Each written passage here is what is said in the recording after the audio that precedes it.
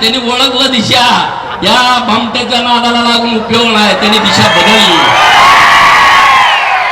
त्याने कमळ सोडला आणि बॅट हातामध्ये घेतली. अनिल भाऊंचा त्यांचं कारखान्याचं मोठी भानगड चालू आहे. अनिल भाऊंचा नाईलाज झाला. पण यशवंत साखर कारखाना सभासदांच्या हातामध्ये फक्त आणि फक्त गोपीचंद देऊ शकतो. तासगाव साखर कारखाना फक्त आणि फक्त सभासदांच्या हातामध्ये हा गोपीचंद देऊ शकतो. तुम्ही मला खासदार करा, या संजय पाटलाच्या हातामध्ये तुम्हाला बेड्या 2 महिन्यामध्ये दिसतील. दिसतील का नाही?